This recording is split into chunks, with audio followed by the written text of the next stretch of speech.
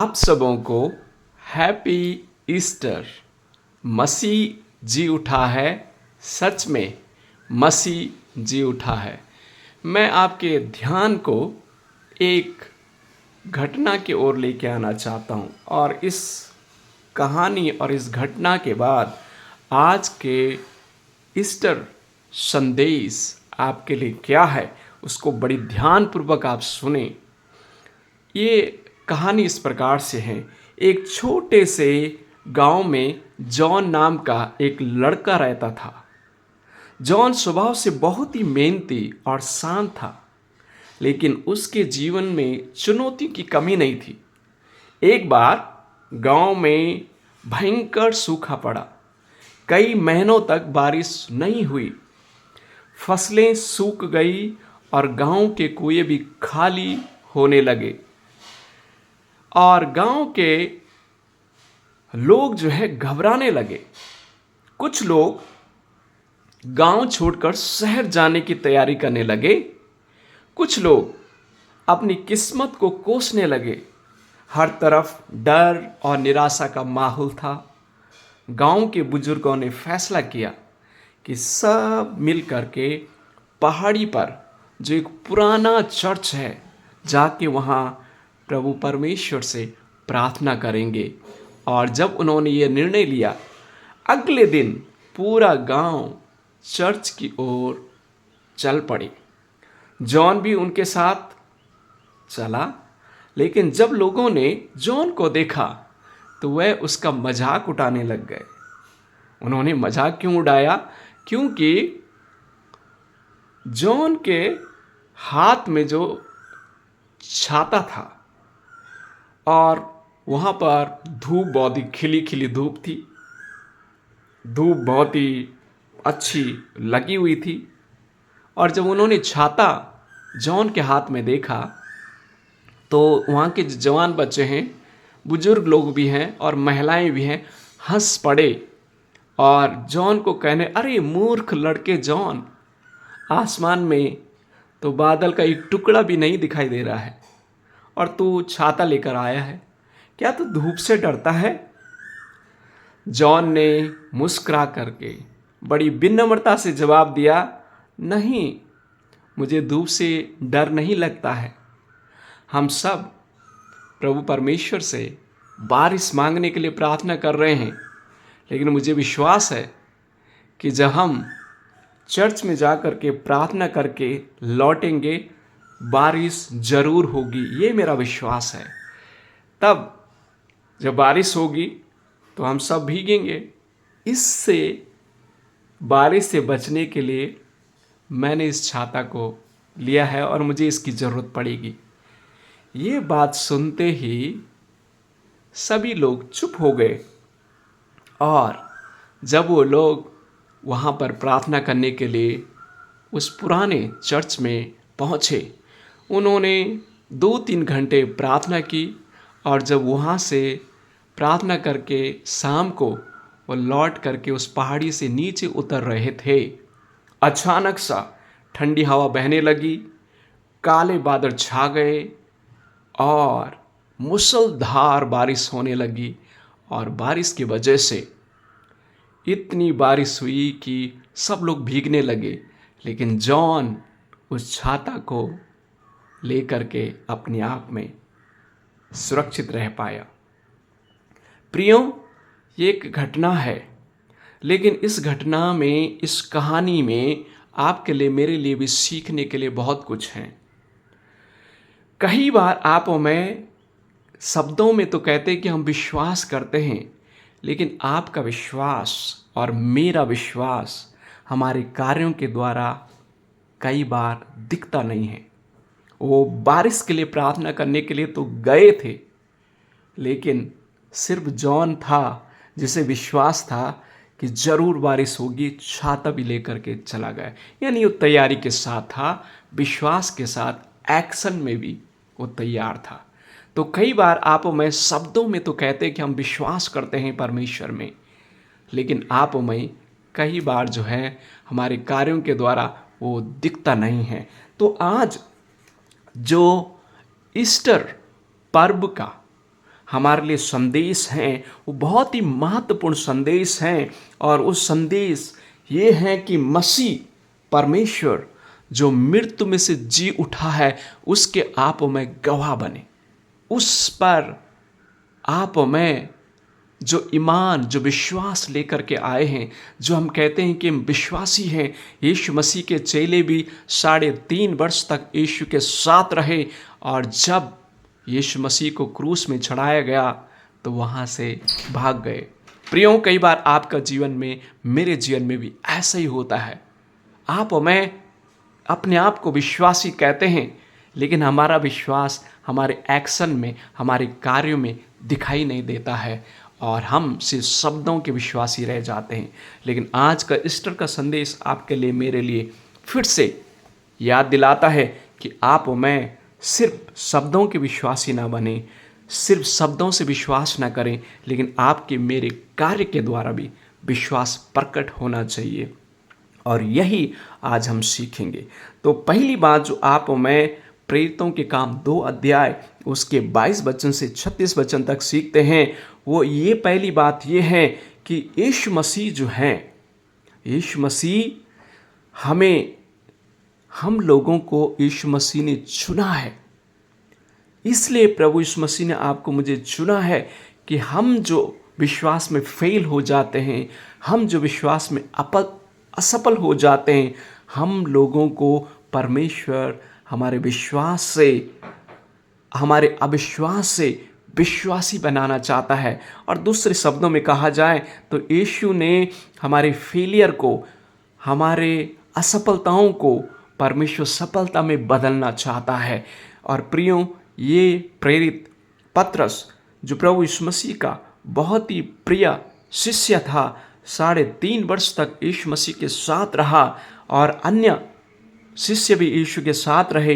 लेकिन जब यीशु मसीह को सलीब में चढ़ाया गया, जब यीशु मसीह को ताड़ना से होकर के गुजरना पड़ा, जब यीशु मसीह को क्रूस की मौत को सहना पड़ा, जब इन्होंने डरावना यह हादसा अपने आंखों से देखा, यीशु को बहुत ही मारा गया, यीशु के शरीर से पूरा लहू लुहान उन्होंने अपने आंखों से देखा, यीशु को अपने आंखों से उन्होंने सलीब पर चढ़ते हुए देखा, यीशु के हाथों में कांटों का जो ताज उनके सर में उन्होंने देखा, हाथों में कीले लगाते हुए देखा, पैरों में कीले लगाते हुए देखा, सलीब पर लटकाते हुए खुद उन्होंने अपने आंखों से देखा।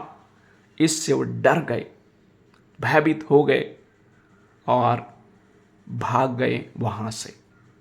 लेकिन प्रियो, प्रभु यीशु मसीह जब मृत्यु में से जी उठे हैं, यही है ईस्टर का संदेश। जब प्रभु यीशु मसीह मौत से जिंदा हुए और पतरस को दिखाई दे, अन्य शिष्यों को भी दिखाई दे, महिलाओं को भी दिखाई दे और 500 भाई बहनों को भी दिखाई दे और पौलुस को भी दिखाई दिए।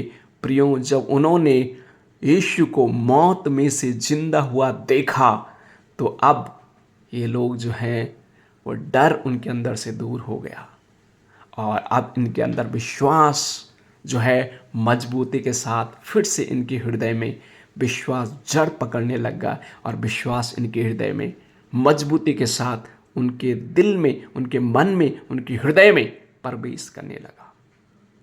और ये पतरस जो डराने वाला था, डरपोक था, यही पतरस परमेश्वर का, प्रभु यीशु मसीह का शिष्य।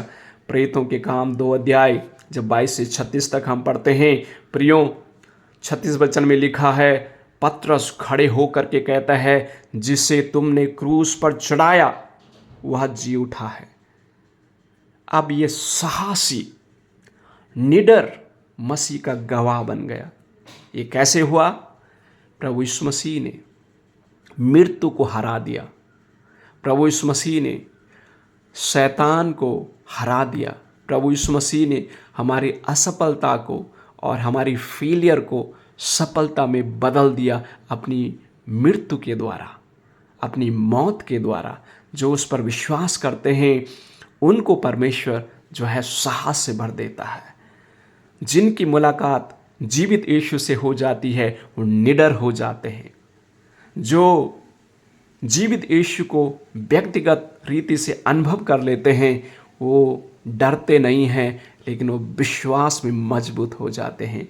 और यही प्रेरित पतरस इतना साहसी हो गया, इतना बलवंत हो गया कि जब पतरस ने खड़े होकर के प्रचार किया प्रियो, 3,000 लोगों ने उसी दिन प्रभु यीशु मसीह पर, परमेश्वर पर विश्वास किया। प्रेरितों के काम उसका 2 अध्याय 40 में लिखा है कि उसी दिन 3,000 लोग जो हैं यीशु मसीह पर विश्वास करते हैं। अब आप कल्पना करें, यही पतरस 3 बार यीशु मसीह का इनकार करता है, लेकिन इसकी 3 बार की असफलता को परमेश्वर ने 3,000 की सफलता से इसे आशीषित कर दिया। जब आप और मैं यीशु को, जो जीवित यीशु है, वो यीशु जो पुनरुत्थान हुआ यीशु है, उसको अपने जीवन में फिर से जगह देते हैं, वो यीशु आपकी 3 सफलता हो या 300 सफलता हो, उसको हजारों गुणों की आशीष के साथ और सफलता के साथ आपको इस्तेमाल कर लेता है। 3 बार इनकार करने वाला पतरस अब 3,000 लोगों को एक ही संदेश से प्रभु के पास लेके आता है। प्रियो, आप और मैं हमारी असफलता को आप प्रभु यीशु मसीह के चरणों में रखते हैं। पतरस ने वही किया, क्षमा मांगा, वापस यीशु के पास आया और प्रभु ने उसे इस्तेमाल किया। और देखिए इसका रिजल्ट, 3,000 लोग एक ही संदेश से प्रभु के संगति में जुड़ गए, प्रभु के विश्वासी हो गए। यही संदेश आपके लिए, मेरे लिए है ईस्टर का। जो भी आपकी असफलता है, जो भी आपकी कमजोरी है, जो भी आपका रोग है, जो भी आपकी परेशानी है, जो भी आपकी समस्या है, उसको यीशु के चरणों के ऊपर लेकर के रख दीजिए और कहिए, प्रभु मैं असफल हूँ, प्रभु मैं कमज़ोर हूँ, प्रभु आप मेरी मदद करें। और प्रभु आपकी ज़रूर मदद करेगा, आपकी असफलता को, आपके डर को विश्वास में बदल देगा, आपकी असफलता को सफलता में बदल देगा, आपकी बीमारी को अच्छे स्वास्थ्य में बदल देगा, आपकी गरीबी को अच्छी समृद्धि में बदल देगा। मेरे प्रियो, यही है ईस्टर का संदेश आपके लिए, मेरे लिए। लेकिन आपको और मुझे प्रभु यीशु मसीह के पास आने की आवश्यकता है और उस पर विश्वास करने की आवश्यकता है और उस पर ईमान लाने की आवश्यकता है। वो आपकी मेरी मदद कर सकता है। जैसे पतरस की परमेश्वर असफलता को सफलता में बदल दिया, जैसे पतरस के डर को विश्वास में बदल दिया, उसी प्रकार से आज परमेश्वर आपको, आपके परिवार को, आपकी हालात को बदलना चाहता है। क्या आप और मैं इस ईस्टर के संदेश को अपने हृदय में लेकर के कहेंगे, प्रभु मैं फेल हूँ, मुझे स्वीकार करें, प्रभु मेरे डर को दूर करें, प्रभु मेरे विश्वास को बढ़ाएं। प्रभु बढ़ाएगा और प्रभु आपकी मेरी मदद करेगा। यही है मसीह जी उठा है हमारे जीवन में। प्रियो, मसीह जी उठा है, ये हम प्रचार करते हैं, ये हम गवाही देते हैं। क्या आप और मैं जी उठे हैं? किससे? हमारी असफलताओं से, किससे? हमारे रोगों से, किससे? हमारे पापों से, किससे? हमारी समस्याओं से, किससे? हमारी बुराइयों से, किससे? हमारे झगड़ा करने वाले स्वभाव से। क्या हम जी उठे हैं? हमें उठना बहुत ज़रूरी है। पतरस के समान हमें उठना ज़रूरी है। फेल होना स्वाभाविक है, ज़रूर फेल होंगे, लेकिन जब आप और मैं फेल हो जाएं तो उठना ज़रूरी है। पतरस के समान 3 बार फेल हुआ, 3,000 लोगों को प्रभु के पास लाया। आप और मैं जब फेल हो जाएं, वहीं पड़े मत रहें। आपने पाप किया, उस पाप में ही पड़े मत रहें, वापस आएं। आपसे गलती हुई, उस गलती में पड़े ना रहें, यीशु के पास आएं। आप यीशु के पास आएं और यीशु के पास जब आएंगे तो आपको फिर डरने की आवश्यकता नहीं, सिर्फ विश्वास करने की आवश्यकता है। वही आपको इस्तेमाल करेगा। जिसने पतरस को इस्तेमाल किया, आपको इस्तेमाल करेगा, मुझे इस्तेमाल करेगा और अपनी महिमा हमारे जीवन के द्वारा लेगा। प्रिय, तो इस बात को याद रखें। पहली बात, जैसे मैंने कहा, यीशु हमारे असफलता को सफलता में बदलना चाहता है। तो इस बात को आपको मुझे सीखने की आवश्यकता है पतरस के जीवन से, और यही हमारे लिए ईस्टर का संदेश है। प्रियो, दूसरी बात, भजन संहिता 16 अध्याय उसका 1 से 11 में हमें सीखने को मिलता है। इस भजन को आप जब पढ़ेंगे, इस भजन में भजनकार कहता है 11 वचन में, तू मुझे जीवन का रास्ता दिखाएगा। प्रियो, भजनकार दाऊद अपने अनुभव से इस बात का गवाह है कि परमेश्वर ने इस चरवाहे को जंगल से लेकर कैसे उस राजमहल का रास्ता दिखाया। जब भजनकार दाऊद एक जवान बच्चा ही था, 16-17 साल का बच्चा, भेड़ बकरियों को जंगल में चरा रहा था, उसको रास्ता दिखाने वाला परमेश्वर था। और परमेश्वर ने इस चरवाई बालक को परमेश्वर ने राजमहल में लेकर के उसे इज़राइल का राजा बनाया। प्रियो, आपके लिए, मेरे लिए ईस्टर का संदेश क्या है? दूसरी बात, यीशु ने हमें अनंत जीवन का रास्ता दिखाया है। अनंत जीवन का रास्ता परमेश्वर में दिखाया है। और हम साधारण लोगों को परमेश्वर अद्भुत रीति से इस्तेमाल करना चाहता है। ये साधारण दाऊद, जंगल में भेड़ बकरियों को चराने वाला, वो कभी कल्पना भी नहीं कर सकता है कि मैं राजा बनूंगा, लेकिन परमेश्वर ने इस साधारण जवान लड़के को राजमहल में ला करके उसे इज़राइल का राजा बनाया। प्रियो, परमेश्वर आपको मुझे रास्ता, जीवन का रास्ता दिखा रहा है। इस संसार में आप में जो हैं, ये यात्रा के समान है।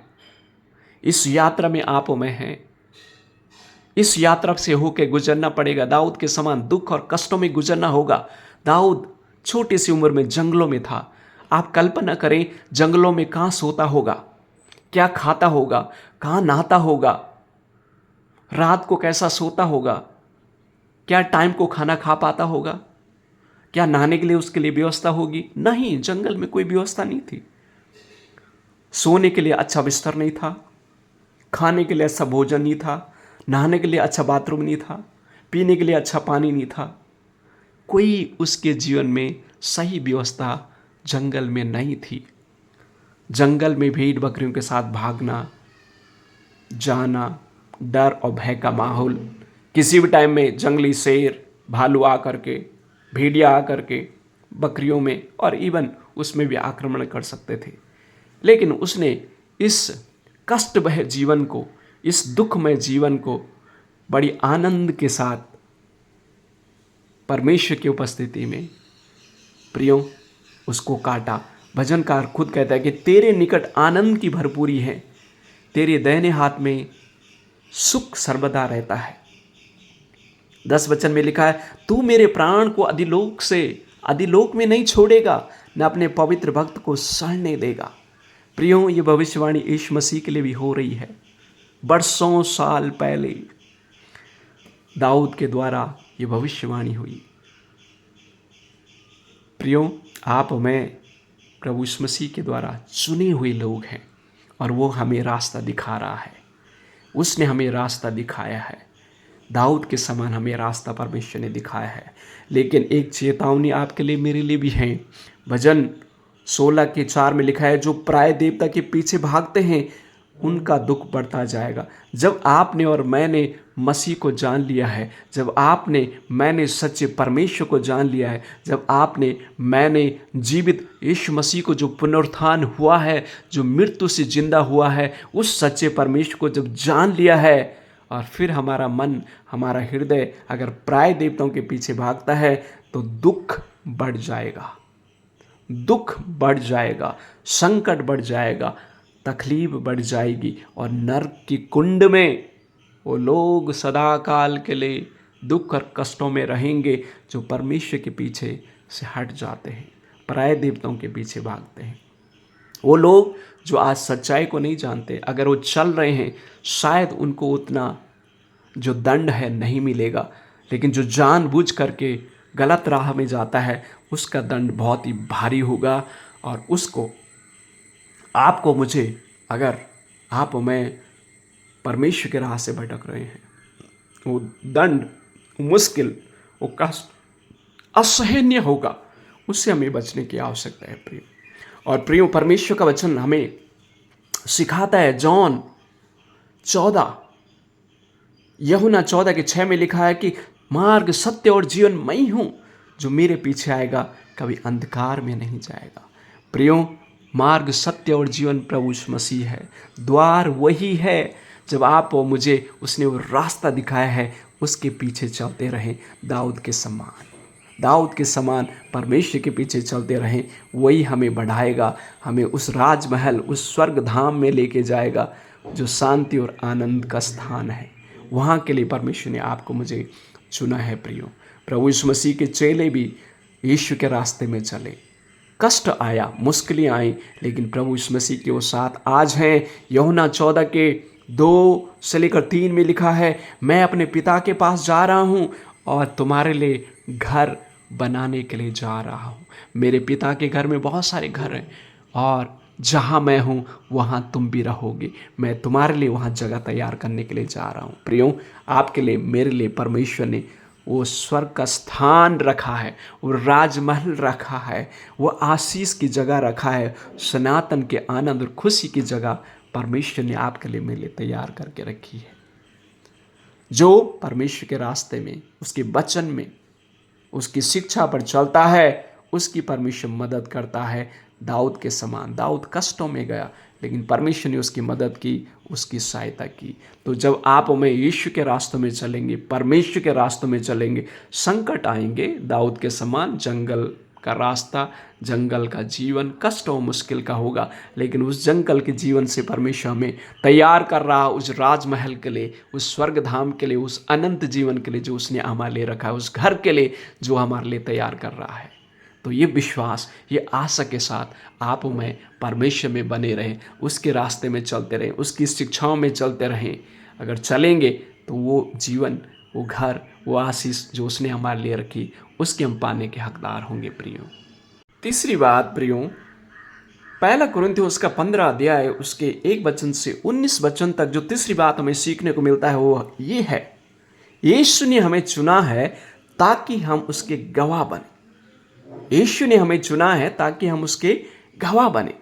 तो गवाही हमें कैसी देनी है, गवाही क्या दें? प्रियो, बाइबल हमें इसके बारे में सिखाती है। पवित्र शास्त्र के वचन के अनुसार यीशु मसीह हमारे पापों के लिए मरे। यही कुरिन्थियों की पत्री को प्रेरित पौलुस कह रहा है। हमारी गवाही क्या है? क्या हम गवाही दें? गवाही हमें ये देनी चाहिए कि यीशु मसीह हमारे पापों के लिए मरे, उन्हें गाड़ा गया और पवित्र शास्त्र के अनुसार तीसरे दिन जिंदा हुए और आज भी वो जिंदा है। प्रियो, यही गवाही हमें देने की आवश्यकता है लोगों को। और प्रेरित पौलुस कुरिन्थियों की कलीसिया को कहता है कि प्रभु यीशु मसीह को मृत्यु में से जीवित होते हुए पतरस ने देखा है, अपने आंखों से पतरस ने देखा है, 12 प्रेरितों ने देखा है।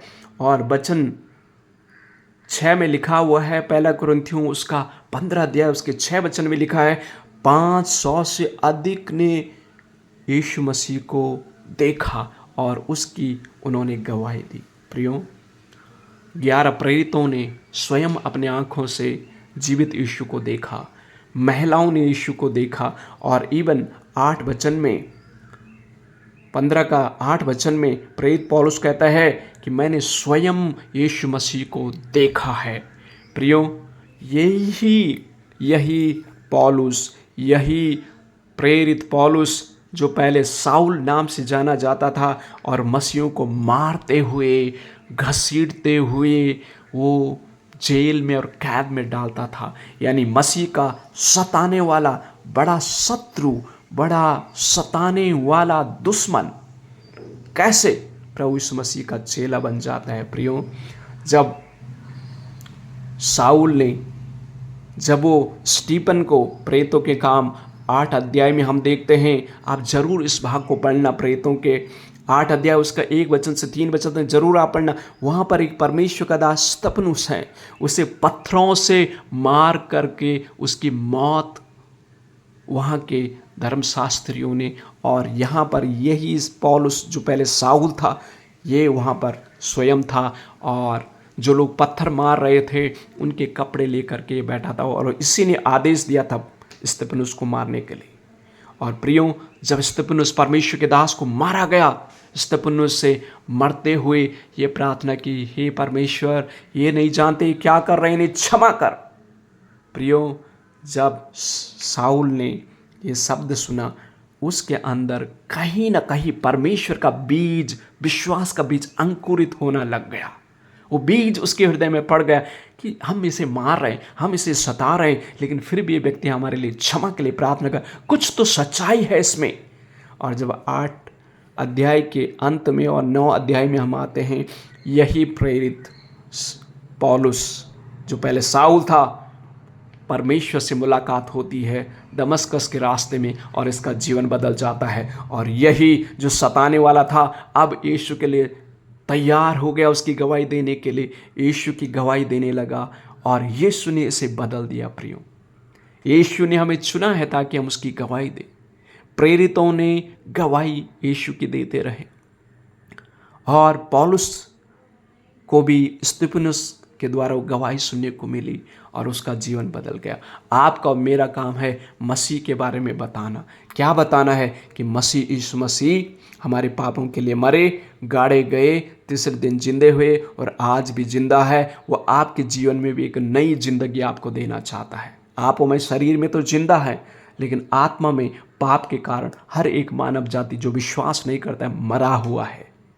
उस मरे हुए आत्मिक व्यक्ति को जिंदा करना है। पौलुस के समान, जो पहले साउल था, जिंदा था लेकिन इंसानियत नहीं थी, परमेश्वर नहीं था, परमेश्वर का आत्मा नहीं था, वो आत्मा मरा हुआ था। जब वो जीवित आत्मा उसने रिसीव किया, तब उसे पता चला, तब उसे सच्चाई पता चली, तब उसकी आंखें खुली और अब वही जो पहले दुश्मन था मसीहों का, वही अब यीशु का गवाह बन गया और यीशु का महान गवाह बना। और उसने यीशु की गवाही जो है पूरे सीरिया में, पूरे उस मिडिल ईस्ट क्षेत्र में वहाँ पर दी और प्रियो, एक महान परमेश्वर का गवाह बन गया। आपका मेरा काम सिर्फ गवाही देना है। इंसान को बदलना परमेश्वर के हाथ में है। चेलों ने गवाही दी, स्टीफन ने गवाही दी और पौलुस का जीवन बदल गया और उन 500 भाइयों ने जरूर गवाही दी और फैलता गया। 12 प्रेरितों ने यीशु की गवाही दी और मालूम है आपको, आज पूरे संसार में मसीहत की जो जनसंख्या है 2.3 मिलियन है। मसीह सबसे ज़्यादा इस संसार में आज पाए जाते हैं। मसीहों की संख्या आज पूरे विश्व भर में सबसे ज़्यादा है और आप और मैं उसी के पीछे चलने वाले लोग हैं। और ये मत सोचे कि हम कम संख्या में हैं। जहाँ पर भी आप हैं, डरो मत डरो, विश्वास करो और गवाही देते रहो। आगे बदलना परमेश्वर का काम है। प्रभु हमें इस वचन के द्वारा आशीष दे। और अगले भाग में हम बढ़ते हैं। मत्ती रचित सुसमाचार उसका 28 अध्याय 1 वचन से लेकर 20 वचन तक जो हमें अगली बात सीखने को मिलती है वो ये है, यीशु ने अपने सुसमाचार सेवा के लिए साधारण लोगों को चुना है। यीशु ने अपने सुसमाचार सेवा के लिए साधारण लोगों को चुना है। प्रियो, जब हम मत्ती रचित सुसमाचार 28 अध्याय पढ़ें तो यहाँ पर साधारण सी महिलाओं को, महिला मरियम मगदलनी और अन्य महिलाएं, अब आप थोड़ा कल्पना करें, ये महिलाएं प्रभु यीशु मसीह की कब्र में सुबह भोर को आती हैं और उनको मालूम है उस कब्र में बहुत ही बड़ा पत्थर रखा हुआ है। तो ये बड़ा पत्थर लुढ़काने के लिए इनके अंदर वो सामर्थ्य नहीं थी, ये ताकत नहीं थी कि उसे लुढ़का सके। लेकिन प्रियो, ये साधारण विश्वासी थे, ये साधारण लोग थे, लेकिन परमेश्वर ने कैसे अद्भुत रीति से इनकी मदद की। जब हम आगे वचन को पढ़ते हैं, लिखा है, वचन 2 में लिखा है कि परमेश्वर ने स्वर्गदूत भेजा और इस पत्थर को लुढ़का दिया। जो पत्थर कब्र में पड़ा था, इन साधारण से विश्वासी महिलाओं के लिए परमेश्वर को देखे, जब कोई इंसान मदद करने के लिए तैयार नहीं था, ये इवन यीशु मसीह के शिष्य भी इन महिलाओं के साथ उस कब्र में नहीं आए। अन्य विश्वासी भी उस समय होंगे, वो लोग भी डर के कारण नहीं आए। लेकिन इन महिलाओं का विश्वास देखिए, उनका विश्वास बहुत ही मजबूत था। उन्हें ये भी मन में था कि कौन उस पत्थर को लुढ़काएगा, लेकिन फिर भी वो विश्वास के साथ आगे बढ़ते चल गए। यही है विश्वास। जब आप और मैं विश्वास के साथ आगे बढ़ते हैं, परमेश्वर हमारे लिए काम करता है। अगर इंसान भी आपकी मदद ना करें, अगर कोई भी आपकी मदद ना करे, परमेश्वर अपने दूत को, स्वर्ग दूत को भेज करके आपकी मदद कर सकता है। और प्रियो, परमेश्वर ने अपना स्वर्ग दूत भेज करके, 2 वचन में लिखा है, परमेश्वर ने स्वर्ग दूत भेजा और स्वर्गदूत वहां पर आया और उसने उस पत्थर को लुढ़का दिया। और जब यीशु, एक्चुअली वो स्त्रियां यीशु को ढूंढना चाहती थी, स्वर्गदूत ने कहा वो प्रभु यीशु मसीह जैसा उसने कहा है वो मृत्यु में से जिंदा हो गया है, आओ अंदर आओ, उस कब्र के अंदर देखो। जब उन्होंने देखा, सचमुच उन्होंने यीशु को वहां पाया नहीं था। प्रियो, वो महिलाएं, मन में उनकी यीशु को देखने की इच्छा थी। और जब हम आगे वचन में पढ़ते हैं तो प्रभु यीशु मसीह जो हैं स्वयं उन्हें प्रकट होते हैं और उन्हें दिखाई देते हैं और उनसे मुलाकात प्रभु यीशु मसीह करते हैं। लेकिन उससे पहले प्रियो, स्वर्गदूत इन महिलाओं को कहता है कि मत डरो, डरो मत, विश्वास करो, डरो मत, विश्वास करो। तो आपके लिए, मेरे लिए भी यही संदेश है। आपको मुझे डरने की जरूरत नहीं है, विश्वास करने की जरूरत है। जब आप हमें विश्वास से आगे बढ़ते हैं, परमेश्वर हमारी मदद करते हैं। इन महिलाओं की मदद की 4 वचन में लिखा है कि वो जो सिपाही वहाँ थे, पहरुए थे, वो एक्चुअली जब वहाँ पर स्वर्गदूत आया और वहाँ पर भूकंप भी हुआ तो ये मृतक के समान हो गए। कौन? ये सिपाही जो उस कब्र के पत्थर के पास बैठे हुए थे, पहरा दे करके बैठे थे, कोई अंदर ना जाए। देखिए, वो मृतक समान हो गए। आपके दुश्मनों को परमेश्वर मृतक समान कर देता है। आपके दुश्मन को परमेश्वर मृतक के समान कर देता है प्रियो। और परमेश्वर दुश्मन को मृतक के समान कर देता है। और जब आगे हम पढ़ते हैं 5 वचन में, तो प्रभु यीशु मसीह 10 वचन में भी लिखा है कि यीशु स्त्रियों से मिले और कहा मत डरो, क्योंकि वो डर गए। जब यीशु मसीह उनसे मिले तो वो डर गए। यीशु ने कहा मत डरो और मेरे भाइयों से जा करके कहो कि मैं तुम्हें गलीली में मिलूंगा। और प्रभु यीशु मसीह वहाँ पर जब वो मिलती हैं, खुशी से भर जाती हैं और चेलों को गवाही देती है कि हमारा यीशु जिंदा हुआ है। और प्रेरितों ने भी प्रियो विश्वास नहीं किया इतने आसानी से। प्रेरितों ने आसानी से विश्वास नहीं किया। और जब उन्होंने विश्वास नहीं किया, प्रभु यीशु मसीह स्वयं जब वो कमरे के अंदर बैठे हुए थे, डरे हुए थे, छुप के बैठे हुए थे, प्रभु यीशु मसीह वहाँ पर प्रकट होता है और उन्हें कहता है मत डरो। और उनमें से थोमा विश्वास नहीं करता है और प्रभु यीशु मसीह कहता है, हे थोमा, अविश्वासी ना हो, अपना हाथ बढ़ा और वो कीलों का जो एक घाव मेरे हाथों में हुआ, अपनी उंगली डाल, उस पंजर में अपनी उंगली डाल। उसने डाला और रो करके कहा, प्रभु मेरे अविश्वास को दूर कर, मेरे परमेश्वर, मेरे प्रभु। प्रियो, यही थोमा जो भारत में AD 52 में इस केरल में आया जहाँ मैं आज हूँ, और यहाँ पर आकर के यहाँ के लोगों को संदेश दिया मसीह का। प्रियो, आपको मुझे परमेश्वर ने इसलिए चुना है ताकि आप हमें उसकी गवाही दें, उसकी सेवा, उसके समाचार के लिए आपको मुझे चुना है। यही गवाही आपको मुझे देने की आवश्यकता है। लेकिन एक दूसरी घटना यहाँ पर घटती है कि इन्हीं सिपाहियों ने उन महायाजकों को, उन प्रधानों को, उन लोगों को बताया जिन्होंने इन्हें उस कब्र के रखवाली के रखा था। उन्होंने कहा भाई यीशु मसीह जिंदा हो गया है। उन्होंने इस सच्चाई को बताया उन्हें कि यीशु जिंदा हुआ है, हमने देखा है, हमने सुना है, स्वर्गदूत के माध्यम से, उन महिलाओं के माध्यम से वो जिंदा हुआ है। और देखिए प्रियो, ये जो वहाँ के सिपाही हैं, 11 वचन में लिखा है, मत्ती उसका 28 के 11 में लिखा है, उन पहरों को, उन सिपाहियों को इन महायाजकों ने, प्रधानों ने, शास्त्रियों ने, वहाँ के लीडर लोगों ने उन्हें चांदी के पैसा दे करके उनका मुंह बंद करवाया। कहा ये कह देना कि यीशु के शिष्यों ने उसे चुरा के ले गए रात को। झूठ फैलाया, उन्होंने झूठ फैलाया। लेकिन झूठ जो है प्रियो, उसकी एक सीमा है, कुछ समय के लिए फैलता है और फैलता ही रहता है। आज भी वो फैल रहा झूठ, लेकिन झूठ कभी सच्चाई को हमेशा के लिए मिटा नहीं सकता है, कभी खत्म नहीं कर सकता है। आज पूरी दुनिया में, जैसे मैंने कहा, 2.6 बिलियन दुनिया में मसीहों की जनसंख्या है। उन 12 लोगों ने यीशु का प्रचार, यीशु की गवाही देते रहे और पूरे जगत में यीशु का प्रचार करते करते करते करते आज पूरी दुनिया तक पहुंच रहा है और पहुंचता रहेगा। इसे कोई रोक नहीं सकता है, कोई भी नहीं रोक सकता है, क्योंकि मसीह जिंदा हुआ है।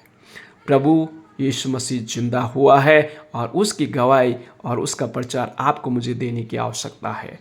प्रियो, इसीलिए परमेश्वर ने आपको मुझे चुना है, इसीलिए उसने हमें बुलाया है, इसीलिए वो चाहता है कि हम भी उसकी गवाही दें। क्यों ना हम उसकी गवाही देने वाले लोग बने, क्योंकि यही आपको और मुझे परमेश्वर चाहता है। तो आप मैं क्या अपने जीवन में लागू करें, कैसे इस ईस्टर संदेश को हम आज भी जिंदा रखें अपने जीवन में और अपने जीवन के द्वारा दूसरों को बताएं। पहली बात, आपको मुझे क्या करना है? डरो मत, विश्वास करो। 366 बार बाइबल में इस बात का जिक्र किया गया है, डरो नहीं, विश्वास करो। मत डर, क्योंकि मैं तेरे साथ हूं। डरो मत, विश्वास करो। 366 साल में 365 दिन एक्स्ट्रा प्रभु यीशु मसीह ने, परमेश्वर ने हमें कहा है। तो आपको मुझे डरना नहीं, विश्वास करना है। वचन के अनुसार चलें। यीशु आज भी आपसे बातचीत करता है, मेरे माध्यम से, वचन के माध्यम से, अपने लोगों के माध्यम से आपसे बात करता है। डरो नहीं, विश्वास करो, उसकी गवाही दो। और प्रभु यीशु मसीह उन्हें महान आदेश भी देता है और कहता है कि जा करके आप क्या करो, सब जाति के लोगों को मेरी शिक्षा दो। सब जाति, इसमें कोई भी ऐसा समुदाय और ऐसा समाज नहीं है जिसको आप मैं गवाही नहीं दे सकते। सबको, पूरी जाति को, पूरे संसार की लोगों को आप मैं यीशु की गवाही दे। और इसीलिए उसने आपको मुझे चुना है। और फिर प्रभु यीशु मसीह कहता है उन्हें क्या करो, तुम जाकर के चेला बनाओ, बपतिस्मा दो और शिक्षा दो, और जगत के अंत तक मैं तुम्हारे साथ हूँ। तो प्रियो, आप मैं पहली बात क्या करें? डरो मत, विश्वास करो, उसके वचन में चलते रहो, उसकी गवाही देते रहो। दूसरी बात, जो भी लोग आपको मिले, जिनसे भी आपकी मुलाकात हो, उन्हें परमेश्वर के प्रेम के बारे में बताएं। और तीसरी बात, आप मैं क्या कर सकते? परमेश्वर के चर्च भवन में या परमेश्वर की संगति में लोगों को जरूर लेके आएं। वहाँ वो वचन सुनेंगे, वहाँ आने वाले समय में उनका बपतिस्मा होगा। बपतिस्मा क्या है? बपतिस्मा एक संस्कार है, एक विधि है। जैसा एक बच्चा हमारे घर में पैदा होता है, उसके खुशी में हम लोग क्या करते हैं, एक प्रार्थना सभा होती है। हर एक घरों में अलग अलग विधि होती है। तो एक नया बच्चा जब इस घर में आता है तो एक खुशी का माहौल होता है।